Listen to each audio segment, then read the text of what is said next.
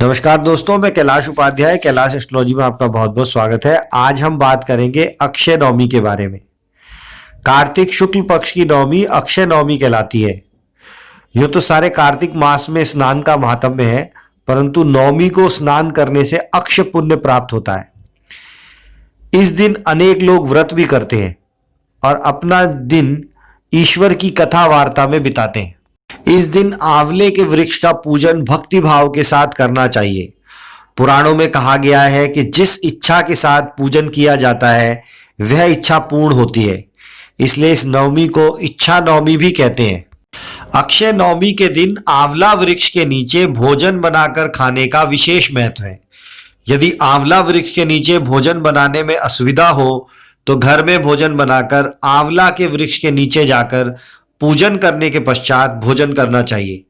भोजन में अपनी सुविधा अनुसार खीर, पूड़ी या मिष्ठान हो सकता है। शास्त्रों के मुताबिक नवमी से लेकर पूर्णिमा तक भगवान विष्णु का आंवले के पेड़ पर वास रहता है। अक्षय नवमी का यह दिन इतना विशेष होता है कि किसी भी कार्य की शुरुआत बिना किसी मुहूर्त देखे की जा सकती है। वहीं संतान प्राप्ति के लिए इस दिन आंवले के पेड़ की विधि विधान से पूजा अथवा व्रत करना अत्यंत फलदायी है। इसके अलावा इस दिन आंवले को प्रसाद स्वरूप चखने से सभी दुख व रोग दूर होते हैं। शास्त्रों के अनुसार इसी दिन महर्षि च्यवन ने आंवले का सेवन किया था, जिसके बाद उन्हें पुनः नव यौवन की प्राप्ति हुई थी। इसलिए इस दिन आंवले का सेवन अवश्य किया जाता है। अक्षय नवमी की एक प्रचलित कथा के अनुसार एक व्यापारी और उसकी पत्नी की संतान नहीं होती थी। इस प्रकार उन्हें लोग विभिन्न सलाह देते थे। एक दिन उसे किसी ने सलाह दी कि भैरव बाबा के सामने किसी बच्चे की बलि देने से उन्हें संतान की प्राप्ति हो जाएगी। इसके लिए व्यापारी तैयार नहीं हुआ, लेकिन उसकी पत्नी तैयार हो गई। व्यापारी की लाख मना करने के बावजूद उसकी पत्नी ने छुपकर संतान प्राप्ति की लालसा से एक बच्चे की बलि दे दी। इसके बाद व्यापारी की पत्नी को कई बीमारियां हो गई। बीमारियों से पीड़ित पत्नी ने जब यह बात पति को बताई तो वह बहुत क्रोधित हुआ।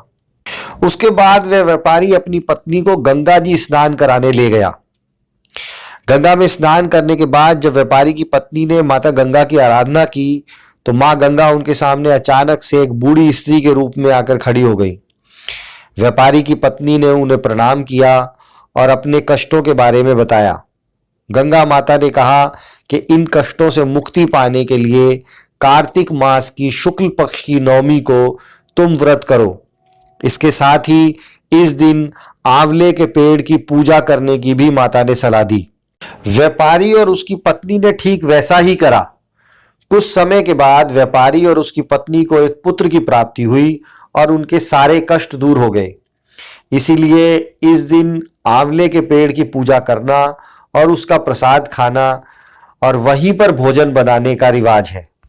अक्षय नवमी के पूजन में कुछ प्रमुख बातों का ध्यान अवश्य रखें।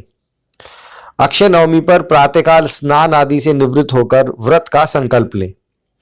धात्री वृक्ष आंवला वृक्ष के नीचे पूर्वाभिमुख बैठकर ओम धात्रे नमः मंत्र से आंवले के वृक्ष की जड़ में दूध की धार गिराते हुए पितरों का तर्पण करें। कपूर व घी के दीपक से आरती कर प्रदक्षिणा करें। पूजा अर्चना के बाद खीर, पूड़ी, सब्जी और मिष्ठान आदि का भोग लगाएं। आंवले के वृक्ष की 108 बार परिक्रमा करें।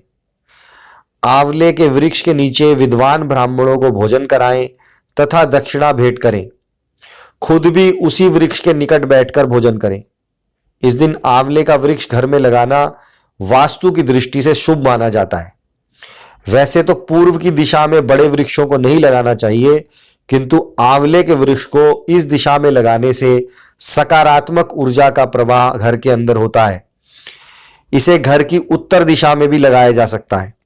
इस दिन पितृदोष के निवारण हेतु ऊनी वस्त्र व कंबल दान करने चाहिए। अक्षय नवमी, धात्री नवमी तथा कुष्मांडा नवमी के नाम से भी जानी जाती है। जिन बच्चों की स्मरण शक्ति कमजोर हो तथा पढ़ाई में मन ना लगता हो, उनकी पुस्तकों में इस दिन आंवले की हरी पत्तियों को रखना चाहिए।